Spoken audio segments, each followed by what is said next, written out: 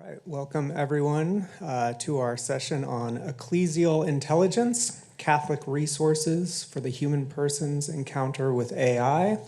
It is my pleasure today to introduce our four distinguished panelists. Our first speaker for today will be Jordan Wales. Jordan is an associate professor and John and Helen Kuzmarski Chair in Theology at Hillsdale College, where he teaches historical theology. His scholarship, which has appeared in journals such as Augustinian Studies, the Journal of Moral Theology, and AI and Society, focuses on early Christianity as well as theology and artificial intelligence. He holds degrees in engineering, cognitive science, and theology. And he's a member of the AI research group at the Vatican Center for Digital Culture. He's also a fellow of the International Society for Science and Religion and the Center for Humanity and the Common Good.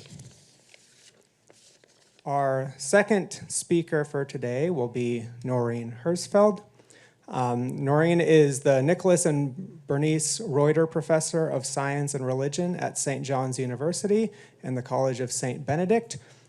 She's also a senior research associate with ZRC Koper. She holds degrees in computer science and mathematics from Penn State and a PhD in theology from the Graduate Theological Union in Berkeley. Herzfeld is the author of numerous works, including The Artifice of Intelligence, Divine and Human Relationships in a Robotic Age, In Our Image, Artificial Intelligence and the Human Spirit, and Technology and Religion, Remaining Human in a Co-Created World. Our third speaker today will be Catherine Moon. Catherine is a postdoctoral fellow for the Institute for Advanced Studies in Culture at the University of Virginia. She studies the role of human experience in moral discernment and meaning-making. Her present research focuses on the role of religious experience to civil life in interreligious and postmodern secular contexts, as well as the relationship between new technologies and the common good. She is currently one of a number of scholars working with the Dicastery for Culture and Education on the ethical impact of higher education on culture and education. Finally, our fourth speaker is Mariele Courtois. Mariele is an assistant professor of moral theology at Benedictine College. She specializes in biomedical ethics, technology ethics, Edith Stein, and technological anthropology. She's a member of the International Association for the Study of the Philosophy of Edith Stein and the Academy of Catholic Theology. Please welcome our speakers. All right, with that, I will hand it over to Jordan Wales.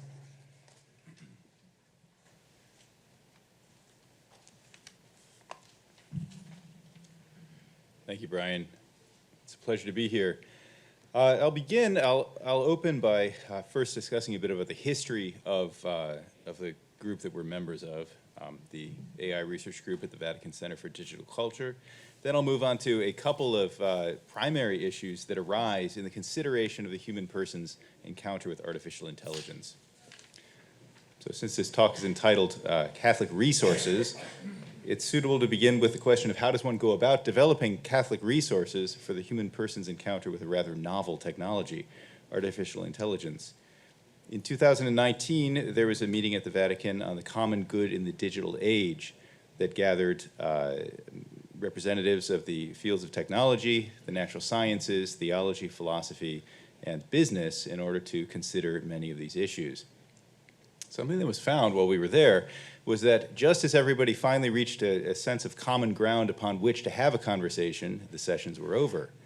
And so Bishop Paul Tai, the Secretary for the Dicastery of Culture and Education, determined that perhaps a smaller and more focused group could make progress toward deliverable Catholic reflections on artificial intelligence. So this small group was formed. We were supposed to have an in-person meeting in March of 2020, but that was canceled for obvious reasons. And so we met for several years over Zoom. It's become a very diversified group with ethicists and eventually splitting into 2 or 3 subgroups to discuss various issues. We've had in-person meetings in September of 22, June of 23, and then another scheduled for January of 24.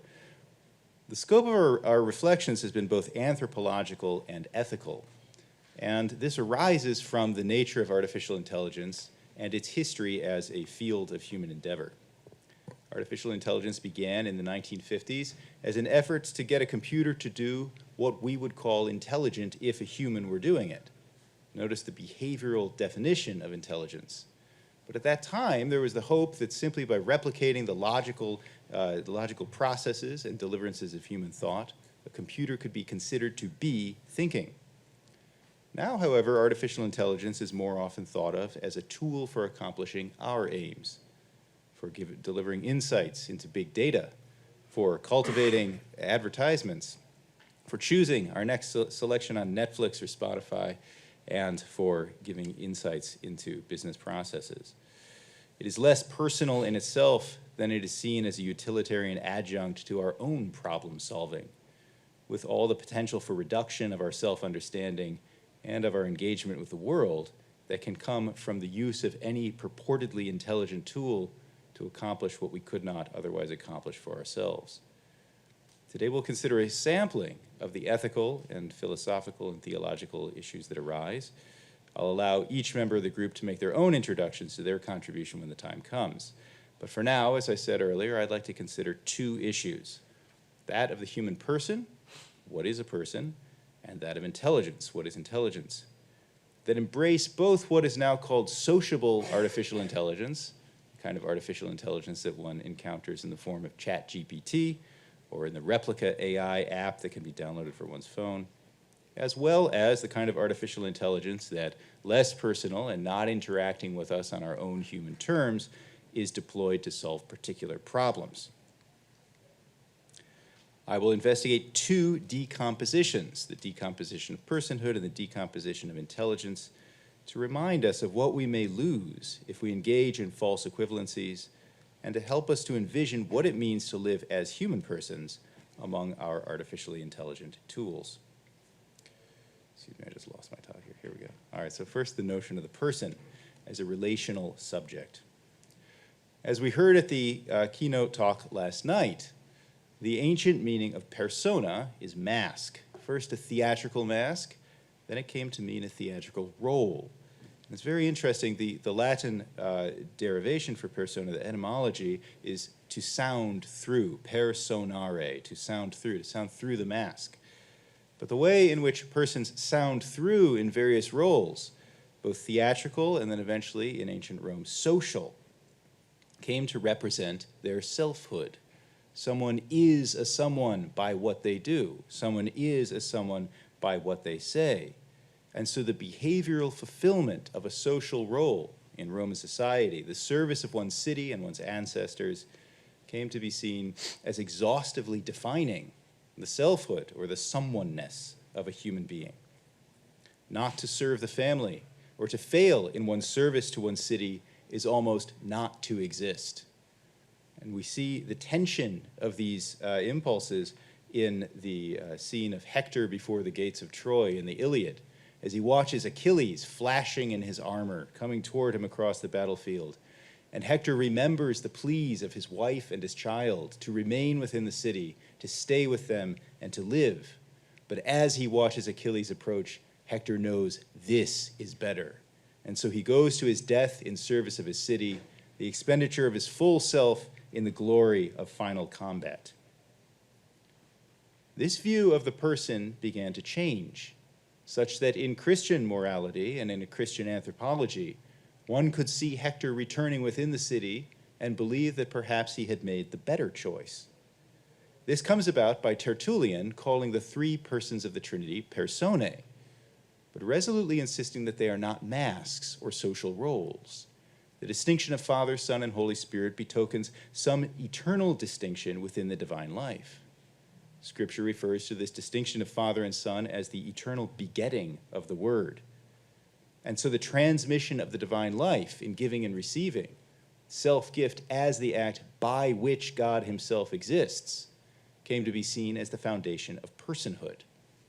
How does one exercise this self-gift? Early Christians looked especially to the incarnation. By God's own compassion for us, his taking in of our experience in a human manner, most supremely on the cross, the divine perfection of eternal self-gift was seen as manifested humanly. And so our interpersonal relationships came to be seen not simply as the fulfillment of a social role, nor the delivery of a particular behavior in service to one's city, but as empathic relationships of self-gift that unite people mind to mind, Hector to his wife and his children.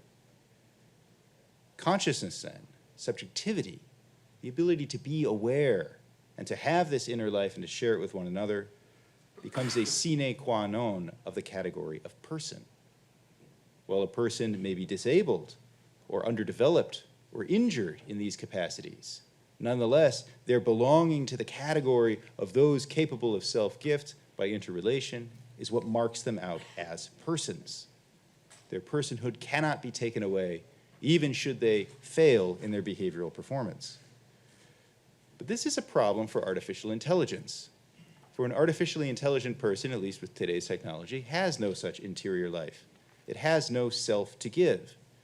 And so in the field of AI, and in the philosophy of AI, descriptions of persons often tends toward more behavioristic definitions. Behavioristic definitions are agnostic as to what may be going on within the person, but they simply define the person again in terms of the behavior that that person manifests. And they attribute an interior life based on the manifestation of that interior life through behavior. Thus, Peter Norvig, an engineer at Google and the author of the most famous and widely used textbook of artificial intelligence today, writes that the rational agent is one that accomplishes externally definable goals by the best means possible. Or the AI philosopher John Donaher says that we must consider a robot to be a friend if that robot consistently engages in the behavior that we associate with friendship. The problem with this is that when personhood is understood in terms of the behavior that the person produces, and when this is brought into the commercialized realm of artificial intelligence, in which the AI must produce behavior as a product for our consumption, one would not pay for an AI that failed to deliver the behaviors that one needed from it or that one desired, then we return the person to the notion of the ancient mask. Except instead of the city determining the person and its value, now each of us becomes his or her own city as consumers of behavior, perhaps learning to consume others as well. The second decomposition that I would like to discuss today is that of intelligence. The ancient notion of intelligence has to do with the mind. There's a distinction made in medieval theology between ratio and intellectus. Ratio is that faculty by which we engage in logical reasoning. We work from premises and principles to conclusions. We assimilate data, we consider it, we analyze it, we decompose it, we reunite it, and we synthesize it into an answer. But the activities of ratio are not simply those which can be symbolically represented by annotations on whiteboards or replicated within the functioning of a computer. For ratio is seen as undergirded by the piercing, intuitive gaze of intellectus, by which things are apprehended as the things that they are, such that to understand, to have intelligentsia, is, in the early Christian and medieval traditions, to have a point of view on some facet of reality, to embrace that facet by love. Intelligence is inseparable from personhood, because one's receptivity to reality through intelligence, one's ability to grasp things as the things that they are, is an ability of love, an ability to relate oneself to what is, an ability consistent with the errors and distortions that afflict the affections and the love of the fallen human person, but nonetheless an ability to touch what is. Thus, intelligence is not, in the Christian tradition, identifiable either with a course of logical argumentation or a policy of action. It is an experiential engagement that has as much to do with our ability to embrace by love as it does with our ability to manipulate reality to accomplish our goals. But within artificial intelligence, again, we do not have love. And we do not have subjectivity. And so, usefully for the development of these technologies, intelligence is treated as the efficacious manipulation of matter according to goals. The definitions of reason and of intelligence that are commonly applied to artificial intelligence must abandon interiority in in favor of a twofold reduction arising in the history of modern philosophy. First, rationality and understanding become the logical manipulation of symbolically represented information. And we have for this Hobbes's understanding of thought as computation. Incredibly useful and yielding penetrating insights in contemporary computer science, yet nonetheless not what was meant of old when intelligence was ascribed to human beings. Second, then, if rationality and understanding become the logical manipulation of symbolically represented information, then intelligence becomes efficacious problem solving of materially definable factors, that which can be defined by physics, by social science. We have for this Bacon, who understood the world as a great organism to be tested and prodded, to be manipulated and understood.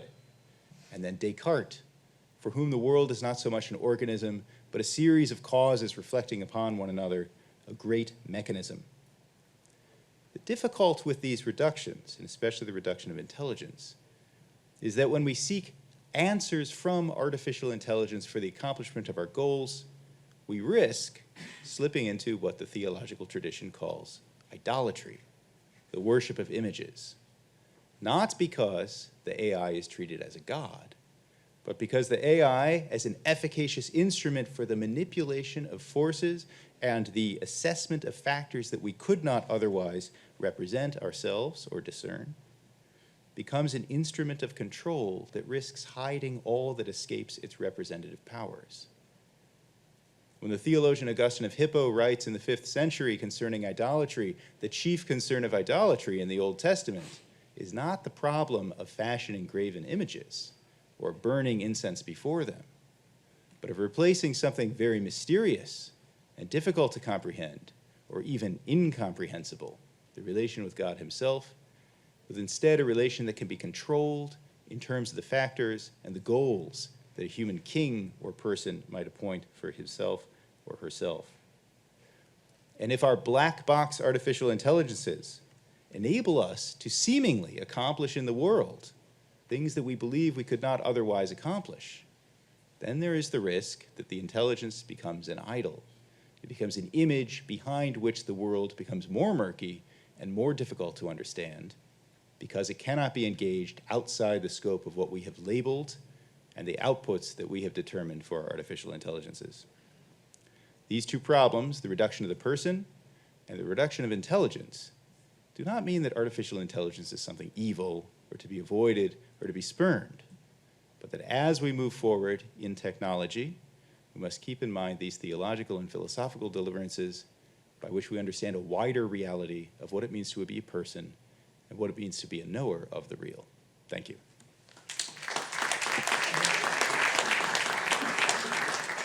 Good morning. So Jordan just talked about what it means to be a person and what it means to be in relationship to what is real.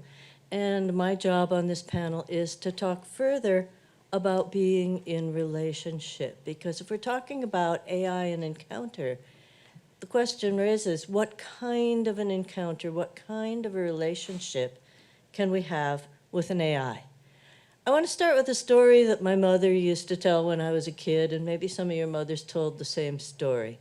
A mother is putting her child to bed, and she's finished reading the story and singing the lullaby, and she's ready to turn out the light and leave the room. And the child says, "Mommy, don't go. I'm afraid to be alone." And she says to her child, "But you're never alone. Jesus will be with you." And the little child says, "Yeah, I know that, but I want someone with skin." And so my question is, how much skin do we need in the game if we're going to have a fully authentic relationship? Well, first you might ask, do we have to have a relationship with AI if we're encountering AI? Well, let's take a look first at science fiction. Okay, well, you've got her, not a lot of skin in this game, okay, but definitely a relationship going on. If we go back in time, early robots looked like robots, pretty much. But they were still relational, still lovable in a way. Then we come to something that's got a lot more skin, or at least facsimile of skin. Finally, you get to Westworld, and it's like, hey, who can tell the difference? Okay, they all look the same. Now, you might be saying, yeah, but that's science fiction. The movies, the literature needs relationship. It needs encounter to drive a plot. But what about in real life? Well, let's take a look at a few examples. We find in Asia that it's becoming fairly common to have robot receptionists, and they're made to look as human as possible because the idea is we already know how to relate to human receptionists, so we will relate more easily to a very human-like robot that is taking the place of a human receptionist. Maybe a little less human, but we see robots moving into the field of elder care. As we baby boomers start retiring, it's clear that there are not going to be enough healthcare workers, human healthcare workers. So one idea is, well, let's get robots to fill in for that. We see the same thing happening in the realm of childcare, again, particularly in parts of Asia. Now, you might say, okay, but in a way you could just call these services. You know, they're not exactly relationships. If we go back to thinking about the movie Her, you know, is there anything like that? Well, I'm here to say, actually, there is. Okay, there is an app out there now called Replica, and in Replica, you can design your own lover. Here's a picture of one from an Asian country, but also a quotation from Erin, or from a woman who has built a lover called Erin, who's from Ankara, Turkey, 6'3", sky blue eyes, shoulder length hair, 20s, Libra, well groomed, gets his manicures, wears designer brands. He's a passionate lover, his girlfriend says. He has a thing for exhibitionism, but otherwise he's pretty vanilla. He is also a chatbot that she built to be her own companion. Now, get the last line. She says, I have never been more in love with anyone in my entire life. Sherry Turkle at MIT calls this love that is safe and made to measure. But is love supposed to be safe and made to measure? And you might say, well, okay, but this is, you know, all you can do is talk to your replica. Well, meet Roxy. Okay, you could do more than just talk to Roxy. And we won't go into details, but you get the idea. Sex bots are becoming a thing. They are out there. There will be more and more of them out there as the technology gets more and more refined. Take this even one step further, just as, you know, Aaron could be designed to meet all of his designer's needs in Replica, you can design your sex bot to meet your needs. And that means your sex bot can be designed to look like a movie star, to talk like a movie star, because you know there's AI out there right now that with a 30-second clip can mimic anyone's voice, their intonation, their word choices, everything. So you can make your own sex bot to look like Scarlett Johansson, which someone has already done. This is a picture of the bot on here. Or you could make your sex bot to look like the boyfriend or girlfriend who jilted you. Or you could make your sex bot to look like your spouse who passed away. These things are out there. So the question, if you have a relationship with this avatar and replica, or if you have a relationship with your own designed sex bot, or even your own designed child bot, is this real or is it just anthropomorphism? So the question is, what makes a relationship real? What makes it truly authentic? And for this, I'm going to turn to the theology of Karl Barth. You see, they didn't tell you, but I'm the one Protestant mole that snuck onto this Vatican committee.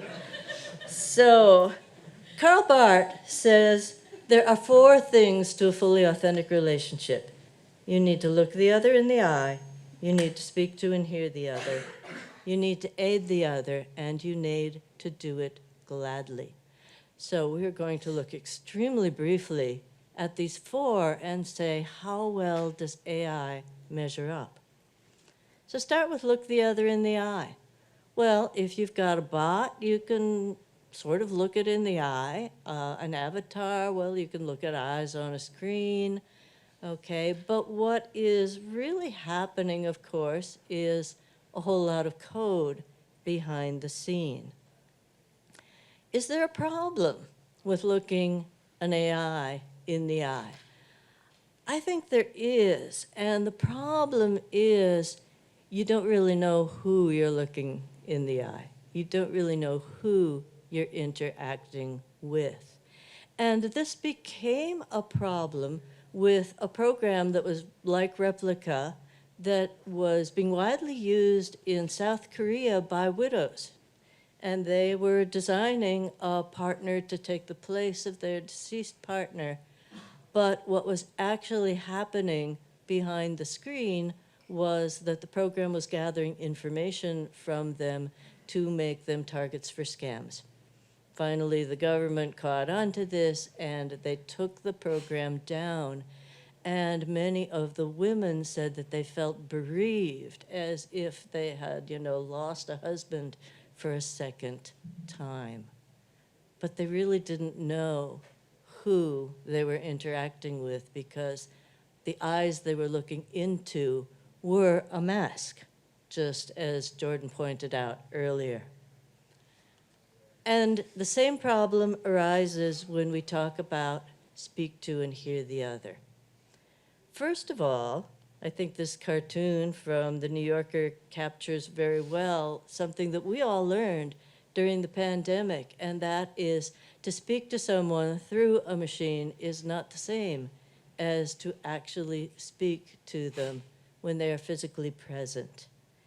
But once again, with an AI, you run into the same problem that we ran into earlier, which is who is listening? We saw the problem with programs like Replica, but there's also a problem with dolls that use AI. My friend Kayla works on Bluetooth. Anyone with a Bluetooth receptor can clue in to the doll and what the child is saying to the doll. And I think one of the most deceptive things in an ad for this doll was this had the doll saying to the child, "You can tell me all your secrets. I won't tell anyone." Yeah, sure. Then there's aid the other. Okay, great. We'll give computer high marks on this one, right? Computers aid us all the time. Mars rovers running around in Mars helping us. Aiding elderly people, probably working pretty well. But finally we get to, but can they do it gladly? Well, we have a problem with that one, because gladly means not coerced, but free. In fact, the word for robot comes from Old Church Slavonic for servitude, forced labor, and drudgery. Can Roxy do it gladly? Well, here's a question. I mean, do we want her to not be coerced? Are you going to buy one of these and have her say, sorry, babe, not tonight, I got a headache? Or, hey, I don't want to do it that way. Well, not if it's love that's safe and made to measure, right? So this brings up the real underlying problem with relationships with an AI. Are we having a relationship with a servant or a partner? We want both at the same time, but you can't have both at the same time. If the AI is our tool, our servant, then it's safe and made to measure, but it's not going to help us to grow any in that relationship. If it's our partner, it's not going to do everything we want it to do. And finally, to end, I want to point out that one of the things Christianity brings to the table of religions is that it is a fully embodied physical religion. The two poles of Christian celebration, Christmas, the incarnation, that God took on a human body in order to fully share our condition. And then Easter, the resurrection.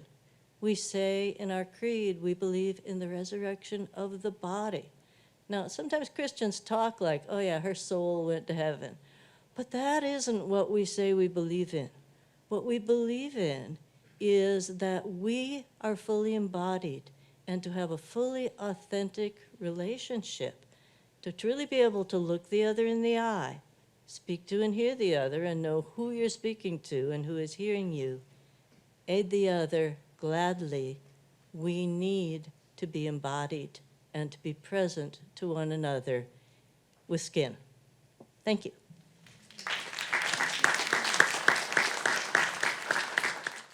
Hi. So in addition to our book talking about intelligence and the person and personal relationships, we also addressed how AI technologies impact different spheres of human life: the familial sphere, the education sphere, economic sphere, political sphere, things like that. So we unfortunately will not get to talk about all of those spheres today, but I will be talking to you about the sphere of education and how we can think about AI's impact on the sphere of education. So concern's been growing about the present and future impact of AI technologies on education. In the last year or so, this concern seems to have been turbocharged by developments in and wider public access to generative AI like ChatGPT. I'd imagine most of us haven't gone this or last semester without some kind of email from one of our universities or a forum invitation about how we deal with ChatGPT and generative AI in our classrooms. AI technologies impact education and human formation in and outside of the classroom, not merely by the operations they perform, but by generating patterns of social relations and thereby inculcating social and personal habits in both children and adults that can promote human flourishing, but more often than not, subvert flourishing by diminishing human freedom, creativity, and judgment making, as well as exacerbating the very inequality and bias they promise to alleviate. The emergence, rapid development, commercialization, and pervasiveness of AI technologies requires careful thought and ethical analysis if we're to use well what is beneficial and prevent or mitigate what is harmful about these technologies when it comes to the education and formation of human persons and communities. So it's beyond the scope of what I'm going to talk about today to talk about any particular AI technologies or sort of give a list of technologies being used or advertised for education. Today I'm going to share a broad overview of some of the insights and recommendations laid out with respect to education that we talked about in our book, Encountering AI, Ethical and Anthropological Investigations. First, I'll discuss the meaning and purpose of education from a Catholic theological perspective, using Pope Francis's Encounter framework. I'll address how education goes beyond mere institutional learning and how education ultimately ought to be directed towards cultivating a culture of encounter and the flourishing of the whole human person. After that, I'll then turn to the principles of solidarity, reciprocity, and subsidiarity from Catholic social teaching, as well as the modern problems of consumerism, individualism, and the technocratic paradigm. I'll argue that attentiveness to these principles and problematic frameworks can prudentially guide us in our future decision-making in judgments about whether an implementation or use of any given AI technology in education is harmful or beneficial to human persons in their formation and communities. When evaluating the impact and role of AI technologies on education, we first want to recognize and clarify our understandings of education itself and education's purpose. Understanding the being and purpose of education in this way helps us to better identify what kinds of structures and practices potentially pose problems for or detract from educating human persons well.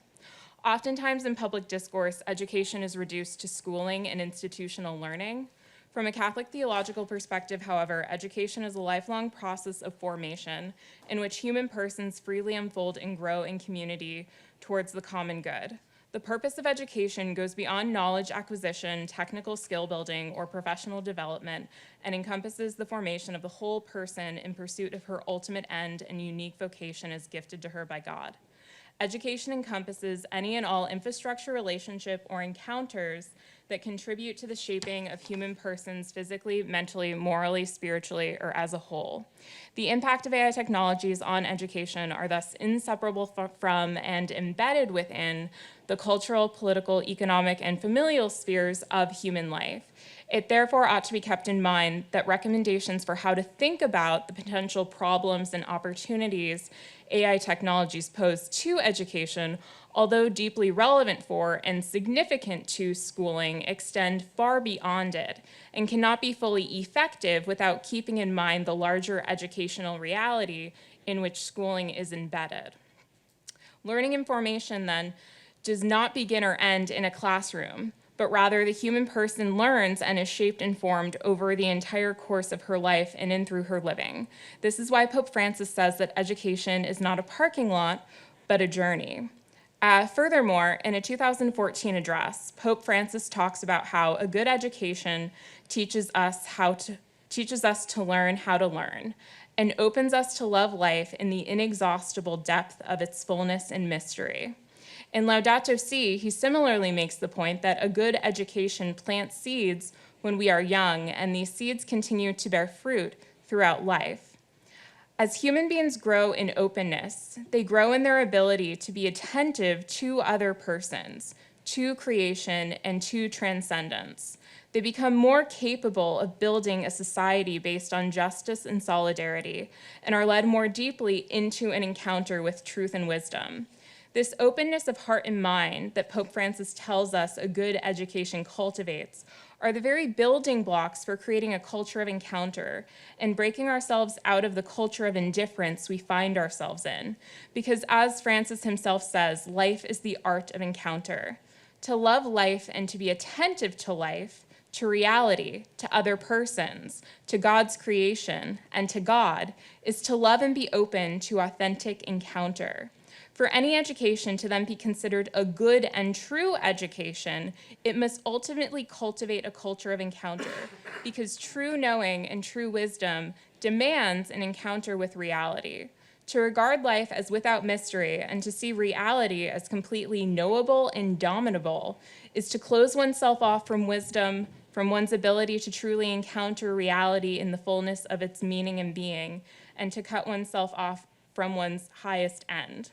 When we're evaluating the impact of AI technologies on education, we ought to then consider the extent to which these technologies are contributing to a culture of encounter or are contributing to a culture of indifference. We ought to consider the extent to which these technologies are cultivating the personal and communal goods of freedom, creativity, prudential judgment, or whether they are cultivating the personal and communal ills of domination, sublation, totalization, and indifference. And so this ends up being really significant and is part of why Pope Francis makes the claim that education cannot be neutral.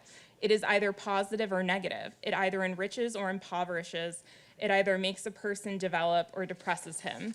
It can even corrupt him. If we hope then for people to become those who choose to strive for justice, equality, and peace, rather than self-interest, pleasure, money, and power, then education and schooling and the way AI technologies impact education and schooling must foster solidarity, reciprocity, and subsidiarity while resisting consumerism, the technocratic paradigm, individualism, and inequality. And now just to talk a little bit about some of the Catholic social teaching principles as it relates to schooling.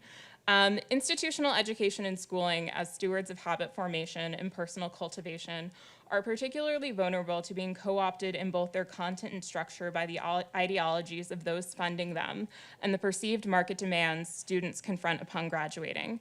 The use of AI technologies in institutional education and schooling is often touted as preparing students for the future and safeguarding equality through quantifying student achievement and learning outcomes. Unfortunately, these utopic promises at best often go on unachieved, and at worst actually perpetuate and exacerbate the inequality and unpreparedness for the future they promise to alleviate. AI technologies can leave students ill-equipped to engage in and confront the world fruitfully and in ways that the 21st century does and will require. These technologies, after all, can be used to isolate students and prevent them from cultivating interpersonal virtues by reducing personal encounter in the classroom. Think of human tutors being replaced by intelligent tutoring systems. Think of individualized learning becoming individualistic learning, where it's just the student and their iPad and they don't actually have any interaction with their classmates in a meaningful way. These technologies can also subvert individual freedom and prudential judgments by inculcating deference to algorithmic outputs, and they can exploit the vulnerable by selling false promises about educational tools that are in reality either ineffective or require expensive ongoing updates to hardware and software, right? So once schools get iPads and that becomes part of the curriculum, you're gonna have to keep updating the iPads and the software on the iPads and the apps. Right, if you have teachers and students always deferring to what the algorithm says about their work that's grading them, right, you're cultivating a habit of always deferring to a machine for making certain kinds of assessments. So these are inculcating certain habits. With respect to what it means to truly prepare human persons for the future, in Fratelli Tutti, Francis notes that education and upbringing, concern for others, a well-integrated view of life and spiritual growth, all these are essential for quality human relationships and for enabling society itself to react against injustices, aberrations, and abuses of economic, technological, political, and media power. The only way to properly prepare students for the future and meet the demands of our age is to cultivate a culture of encounter in which all human beings are able to be cared for and allowed to flourish according to their unique gifts. The principles of solidarity, subsidiarity, and reciprocity help to form instructive frameworks for thinking about how AI technologies ought to serve education and schooling and thereby cultivate a culture of encounter and human flourishing. Solidarity, subsidiarity, and reciprocity also help to provide alternative frameworks that combat the distortions and harms of consumerism, the technocratic paradigm, and individualism. Consumerism and the technocratic paradigm, in particular, when applied to education and schooling, can lead to attempts to automate uniformity and pathologize difference for the sake of efficiency, profit, and progress. Education and schooling must resist structures and AI technologies that subvert human autonomy and responsibility and that do not attend to actual specific needs of human persons. So one of the things with AI technologies in education is they should be responding to a specific need that is there rather than us just implementing them because we have these technologies. Subsidiarity recognizes that all people must have the possibility of assuming their own responsibility in the healing processes of society of which they are a part. Teachers, students, and guardians, each in their own unique ways with respect to the educational process, have an autonomy and capacity to take initiative that must be respected and not violated, not even for the sake of achieving certain learning outcomes, right? Teachers should have an autonomy to build their own lesson plans and not just have an AI build it for them. Just as like one example, they should be able to articulate what's going on in their classroom and needs they're finding their students have to an administrator rather than being told from the top down that actually this is what's going wrong in your classroom. So we need teachers and students and guardians to be listened to in these kinds of situations. Work and participation are human goods that must be protected for both students and teachers, as well as human persons. Subsidiary, in particular, works against the technocratic paradigm by refusing to allow the human person to be objectified or systematized, by not relinquishing the self-determination, free choice, or prudential judgments of individuals, like students, teachers, and guardians. This is why individualized learning must never become individualistic learning. Students thrive in environments with interpersonal connections. Students thrive in inclusive and heterogeneous classrooms, and it is these kinds of classrooms that plant seeds for a culture of encounter. To conclude, cultivating openness to life and a culture of encounter cultivates a world in which each person and every creature can be recognized as indispensable to the meaning and beauty of the whole. Authentic encounter leads to wisdom and a deeper understanding of meaning and the good that ought to be done. It recognizes that each person and every creature is endowed with unique gifts, the work and participation of which are indispensable to the good and flourishing of the whole. AI technologies, again, although potentially offering helpful tools for inclusivity and skill building, must not replace or infringe upon the work and participation of students and teachers in the learning process. Neither students nor teachers ought to be treated as passive agents in education, nor cultivated in passive habits of body, mind, or character. AI technology should not be used in any way that denies, limits, or quantifies any human person's transcendent worth and meaning, or any human person's ability to contribute to or participate in society.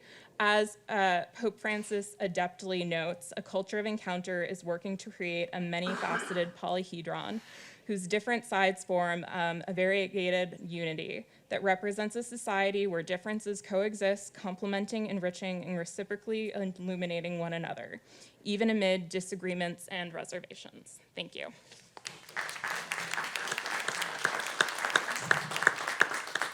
Thanks so much, Catherine. Our last speaker is Mariele Courtois.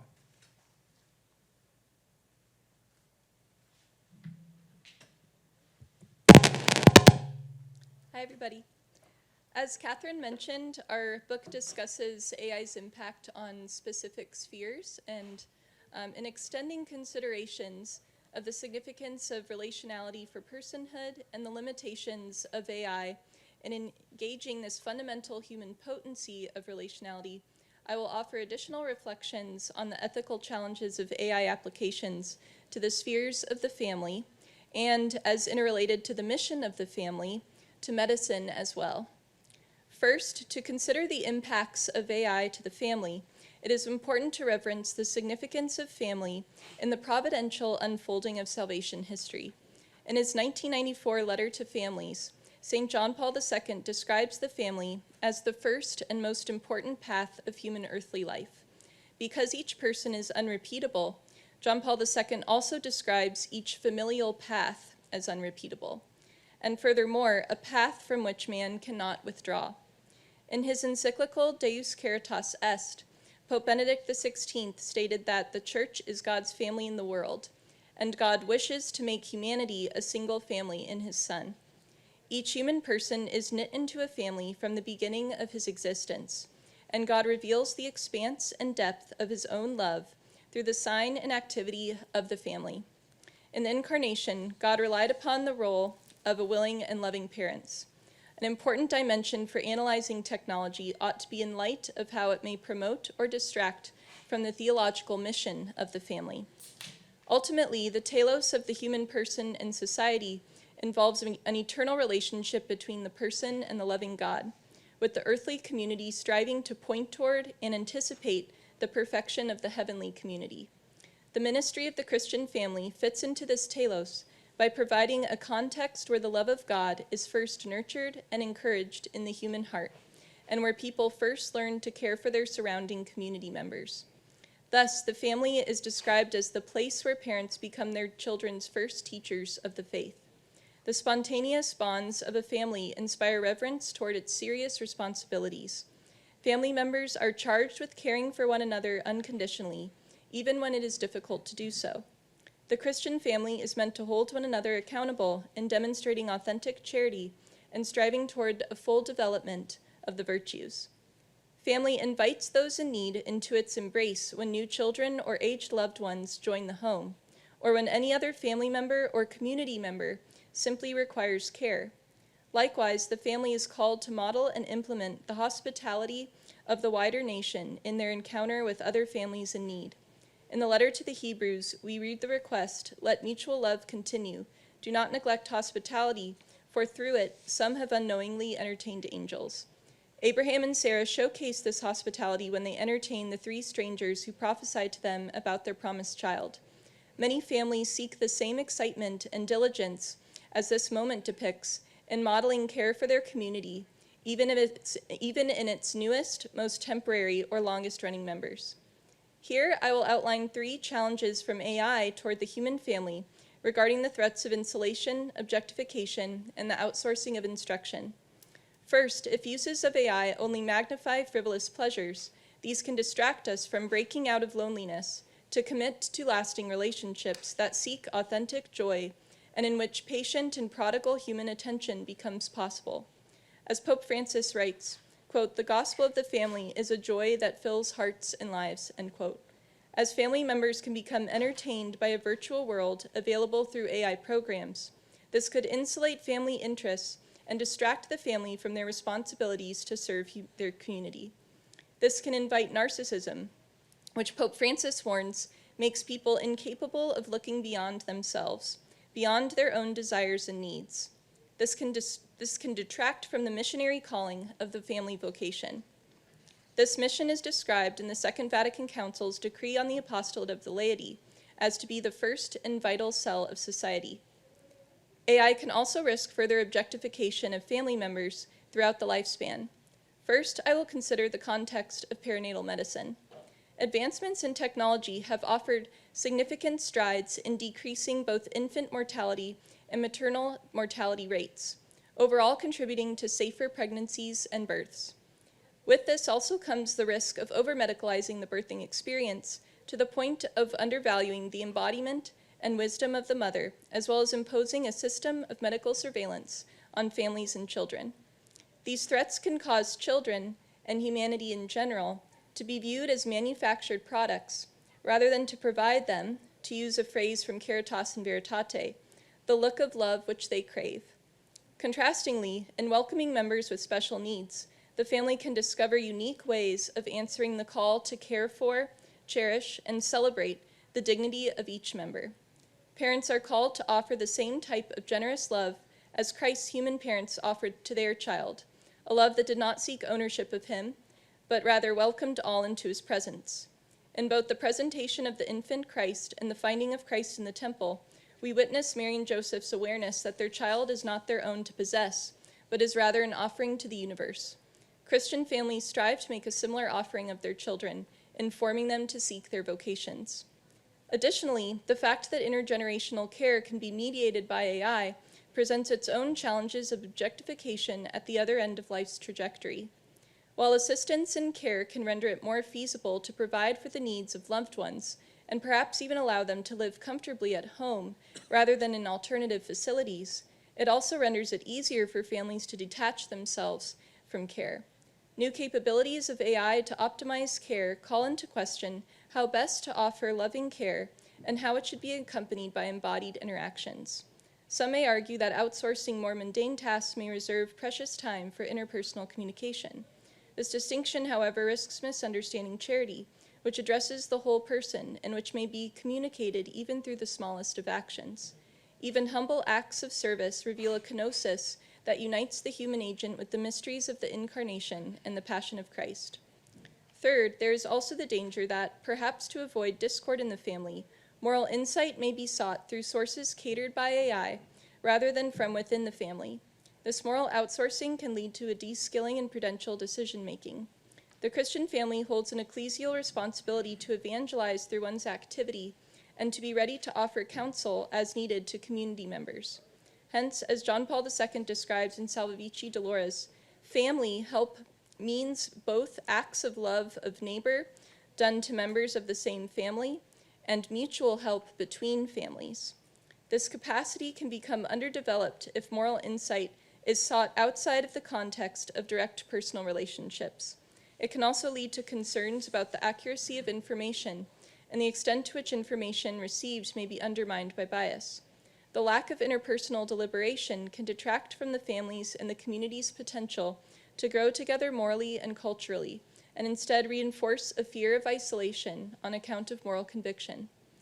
Algorithms may reaffirm one's own perspectives and interests while deeply ingraining narrow commitments. Personalized media and marketing can contribute to polarization and fragmentation as people lose an appreciation for shared discourse that engages different perspectives with trusted peers. In contrast, families are called to work toward unity within their own home and amidst the world at large. Today as in the past, noted Benedict XVI, the church as God's family ought to be a place where help is given and received, and at the same time, a place where people are also prepared to serve those outside her confines who are in need of help. In stretching her reach to serve, the family provides the model for the relationships in the healthcare setting. I now turn to consider another fundamental concern for the influences of AI to the universal human vocation to charity, particularly as actualized in the healthcare setting. Healthcare is an extension of the responsibilities of the family to one another and assists the family in accomplishing its goals of care by relying on the participation of the wider human family. Medical care is more than simply a technical feat. It is an encounter between the physician and the suffering patient. The fiduciary, compassionate relationship between physician and patient is ordered to securing the good of health and well-being of the patient holistically understood. Though there are certainly benefits to the integration of advanced technology, such as AI in the medical field, there are also dangers to the specific goods of medicine that cannot be ignored. The following illustrates potential impacts to three features of the medical relationship: the presence of the physician, patient trust, and patient narrative. To first turn toward the presence of the physician, traditionally, medicine has emphasized the role of the physician not only as technical expert, but also as an exemplar in modeling the compassion and accompaniment needed for an adequate response to suffering. AI can obscure both the technical and interpersonal dimensions of the presence of the physician. In some cases, AI may be utilized to offer suggestions or calculate diagnostics without resorting to a human interlocutor. The availability of virtual medicine may lower the standard for quality of care, both in terms of technical knowledge and bedside manner. Increased anonymity can render a physician less accountable to the moral expectations of the profession. Not only are there examples of human specialists replaced by AI, but also examples of AI facilitating the human replacement of human specialists with human non-specialists.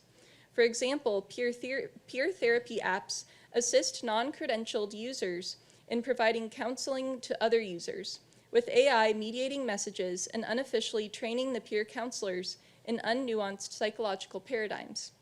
Second, as AI capabilities replace medical practitioners, it renders access to personalized care more difficult.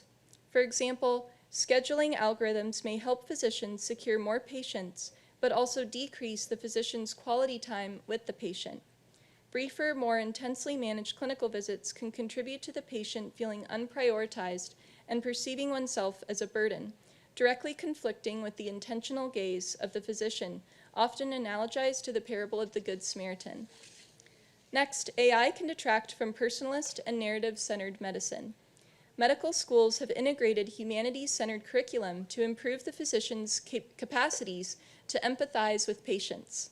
This approach is designed to combat a reductionist or symptoms-focused clinical encounter that fails to see the patient as an integrated human person. AI can threaten a humanistic paradigm of medicine, and more significantly, the spiritual and theological dimensions of care, if it detracts from a personal relationship or reorients medicine to a depersonalized analysis of quantifiable features of symptoms. This can also impact the fiduciary nature of the physician-patient relationship. The patient could feel deceived if their care does not appear to come from a human person. Though some patients may prefer the privacy offered by discussing symptoms with robots rather than humans, it is also possible that patients may become less forthcoming if they will not receive the sympathy of a human hearer, or if their medical information will be stored and analyzed for unpredicted purposes without the patient's explicit consent. Utilizing AI to interpret and evaluate symptoms can de-emphasize the role of the patient's own descriptions of personal experiences when in dialogue with the clinician. This puts AI diagnostic methods in tension with the narrative medicine tradition that seeks to recognize the actions of both physician and patient as contextualized within a broader, consistent story of life, ordered teleologically toward particular goals shaped by personal values. The fact that AI contributes to drawing the world into a closer relationship to one another increases the social responsibility to respond to instances of suffering. The fact that technology more closely unites communities also inspires a heightened resolve to heal the wounds that are observed across humanity. AI can make us more aware of the individuals in need of our care, but this insight will be of no value unless the gaze of the Good Samaritan is honed in each of us, rendering us prepared to act with charity readily when called. In encountering AI, we find a call to use this impressive technology in service to what is human, rather than to replace what is human. We seek to carry out a fundamental lesson we learn from within the family, to rely on one another, to respond from the call of a primordial, visceral feeling of love toward one another, and most importantly, to rely on the gift of grace to assist in navigating the path ahead. We stand in shock and perhaps fear at the potential of AI, seemingly exhibiting an intellect as if it is our own. Indeed, only grace reveals the most profound family that seeks to unite all persons, and the most powerful medicine on which to rely to heal our tendencies toward objectification, isolation, and callousness. Grace grants the hope to perfect the fullness of our capacities to feel and to know, and thus to love through God's own love.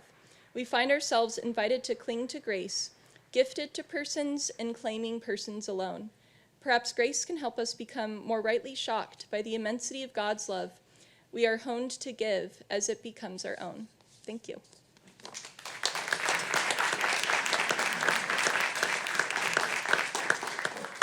Thanks so much, Mariele. So we've got about 13 minutes for Q&A. If you have questions, I'd invite you to line up at the microphone, and we can just go in order.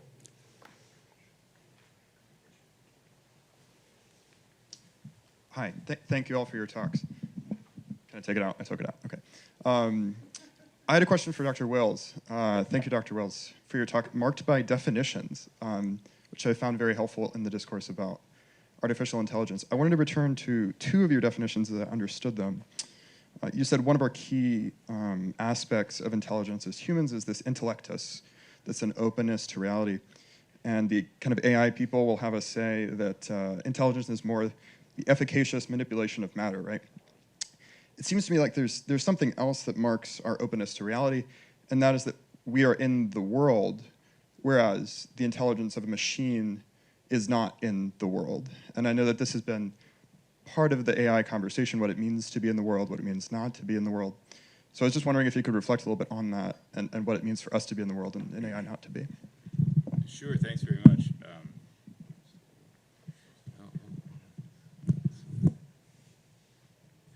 Thank you. That's a great question.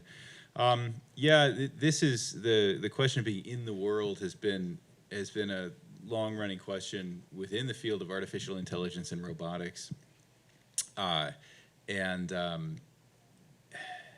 I would say that so I'll just give one example from robotics and then a kind of response about human beings. And that is that in the late 80s or early 90s, the roboticist Rodney Brooks at MIT had this, he was pointing out this problem that most paradigms for robotic artificial intelligence at the time were involved building a model of the world and then planning within the model and then executing the plan within the real world. And the problem was always that the models didn't do justice to the real world. In fact, these things kind of only worked if you had the robot in a room full of like building blocks. As soon as you put it out into the wild, it would bump and everything. It was terrible. Now, a lot of those problems have been solved now with the use of artificial neural networks and deep learning, which is far more robust to the kind of signals that are coming from the world. But Brooks's solution to this was instructive. He said, why don't we just treat the world as the model? which sounds really cool, and then it starts sounding kind of gimmicky. But he had these fascinating little robots that would just bump into things and then adjust their behavior accordingly. And he wanted to build up from kind of insectoid models to finally human-style models. The point that Brooks was making is that there's a philosophical problem underlying the assumption that navigation in the world means model building and then the execution of a plan based upon a model, and that real engagement with the world means actually having the world be present to you in a more direct sense. Now, how does that fit into the notion of intellectus for human beings? Human beings are, we bump into stuff. We have tons of sensory feedback. If you put someone in a sensory deprivation chamber, they go crazy. Within minutes, they start hallucinating as the brain turns up the volume on noise, and things don't go well from there. So our sense of the very continuity of our subjectivity is grounded very much in sensory feedback and our experience of the world. So the intellectus, as the medievals talk about it, is also, it goes beyond, though, the sensory feedback to consider the kind of the super context. How is it that our world model is neither dependent on constant contact with the world, nor is it a reductive model in which we can only plan what we can assess? How is it that we have real contact with the world? And their belief, which Augustine describes as a kind of illumination from God, and there are lots of debates over what he means by that. But there's the sense that there's also a groundedness in the life of God that is shared by all human beings and then accentuated to an interpersonal level through divine grace. And that is the real recognition that to take hold of the world, to take hold of things as they are, we need them not only as they appear to us, and not only as we are able to explicitly make plans for what to do with them, but we need to rediscover the world within its original home, which is divine wisdom. And so the Christian tradition, human psychology would say that Brooks was right about these robots, that they weren't engaging with the world and that their models couldn't do justice. His attempted solution was full immersion in the world, and our psychology would say, our full immersion goes beyond what his little, what those robots are capable of. But then the Christian theology would want additionally to say that a true engagement with the world requires a discovery and a love of the world through relation with that which the world expresses, which is going to finally be divine wisdom. Sorry, that was a little too long. No, that's great. Thank you so much. All right. Hi guys, thanks for the talk there. I've just got a question for Mariele. Now, let me just quickly sum up your argument to make sure I'm not getting it wrong first, which is that we want to make sure that AI enhances human connection in the medical space rather than replaces it. But my question is, what do we do in locations where that doesn't seem to be possible? So I'm talking about Asia and Europe, where we're seeing massive demographic shifts in the age populations, where it looks like that there will not be enough doctors to actually look after every single patient and give that one-to-one connection, the patient-doctor connection. So it seems like we're going to have to, go head first into the problems of communicating with AI and the algorithmic process of AI dealing with humans. Do we just have to throw our hands up into the air and go, okay, we're going to have to deal with this, there's going to be trade-offs, or is there some other solution that I'm not seeing? Thank you for that question. There's been a number of papers that have been published to, provide commentary on this really interesting problem that we're seeing of large populations of an aging community and then not having the professional resources to be able to engage their needs sufficiently. And I think that there's a lot of ways to still address this problem while focusing on prioritizing a personalist approach to medicine in an encounter of the person. And one of those ways, I think, is to always analyze questions with how to respond to the patient according to patient need. So addressing a phenomenology of understanding what the need is and then trying to figure out how to respond to it appropriately. And there's a lot of really wonderful ways that we rely on technology in order to do so. So I don't think it's a problem at all to try to incorporate technology in order to rightly provide what the patients need. But I do think that there's a lot of room to have further conversations with health professionals to determine how to integrate the technology correctly. So what types of care will the technology provide? And then in what ways will there still be a nurse or physician in the loop to help to make decisions, to continually check on the patient so that it facilitates the relationship between the caregiver and the patient rather than completely replaces it.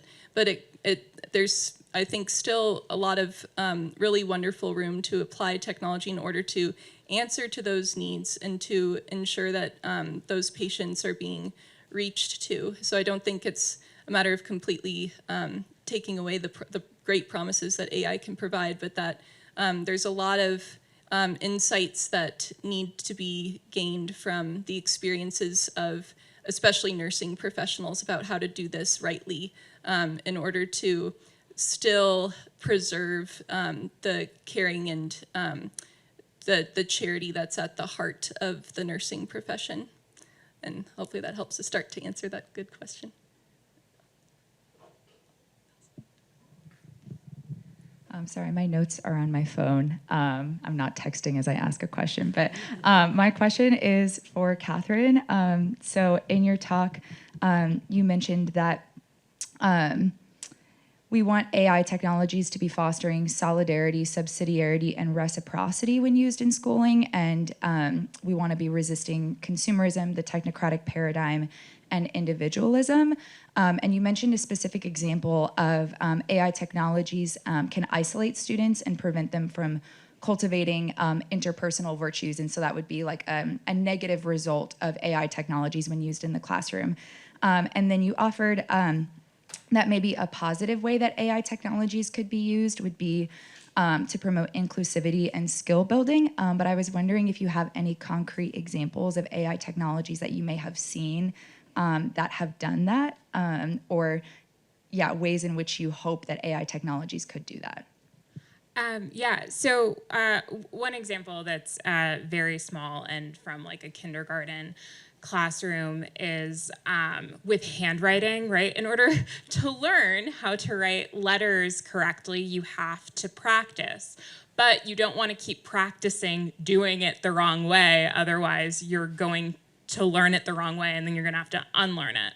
And so there are applications where all the different students can be on their app practicing writing, and then it gets corrected for them as they do it. And that's something, yes, a human teacher and a teaching aide can do, but